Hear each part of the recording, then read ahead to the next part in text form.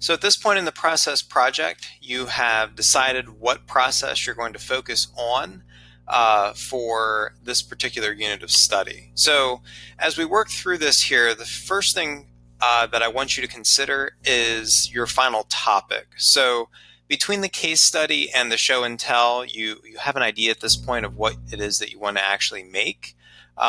So as we go down through this here, I'm going to spend a majority of the screencast talking about the submission piece. So the submission piece itself, you're going to click on this link, which is going to open up this document here.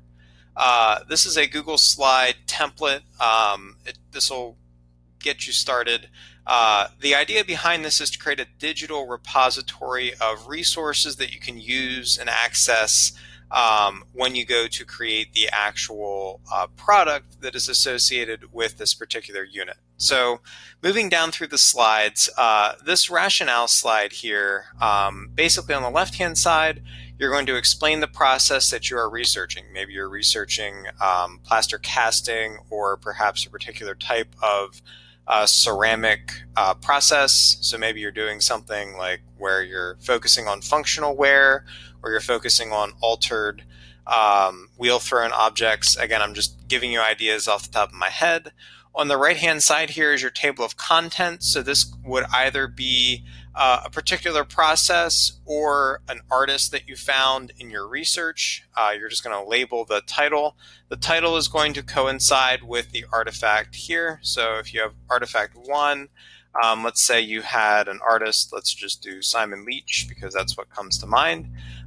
You're going to then, in the click to add text section, incorporate a summary or your observations of watching a video about the process or the artist. So pretty open-ended here. What I'm looking for is probably maybe, I don't know, 4 bullet points explaining something, whether it be a summary of the artist and their process or a summary of the process itself. Basically your key takeaways from what it is that you have found. Then on the right-hand side here, where we have the hula minion, you are going to either replace that with an image of work from the artist, or if you've used something that is video-based, include a link to that. So inserting anything in Google is pretty easy. If you're doing an image, you can either upload it from the computer or search from the web.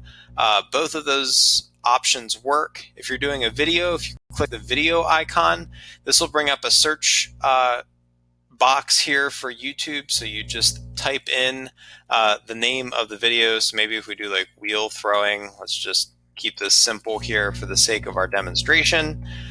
Once you get the video, let's say I really want to focus on the process of throwing a tall cylinder, and this was the video that I found. I hit select, and then that image will show up on your screen. And then with the little drag and adjust tools there, you can move that over here as a reference for you. So by popular vote, again, if you read the updates or if you didn't, we're going to do 5 artifacts here. And then down at the very end, you will have your works cited, which, what if I can move myself? There I go. So with the works cited, 5, all I want are URLs. Don't worry about MLA or APA format for this. Again, just links are fine for right now, because the purpose of this exercise is for you to build a repository of resources that you can refer back to at a later time. So moving back into Schoology, for this particular project, you're going to click on the link, build your document, and then you're going to submit the document as a PDF. So I'll demonstrate that quickly here just so we have a visual.